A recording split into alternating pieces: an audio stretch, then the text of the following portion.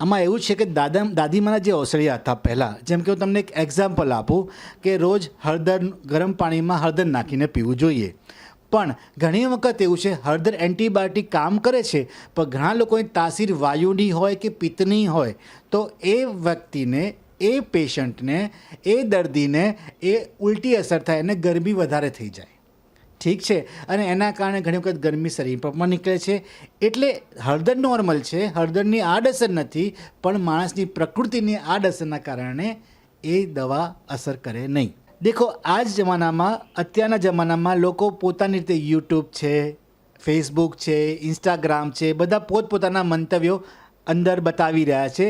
પોતાના મંતવ્ય પ્રમાણે લોકો એમને અનુરૂપ કહીને એ લોકો દવાઓ કરી રહ્યા છે. કોઈ પરામર્શ કરતું નથી.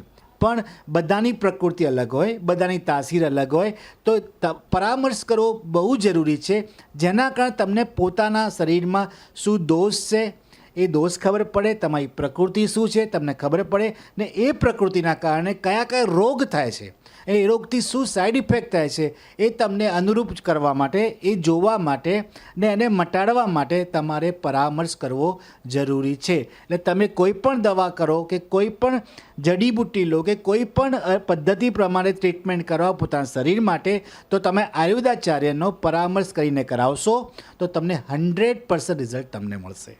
Thank you.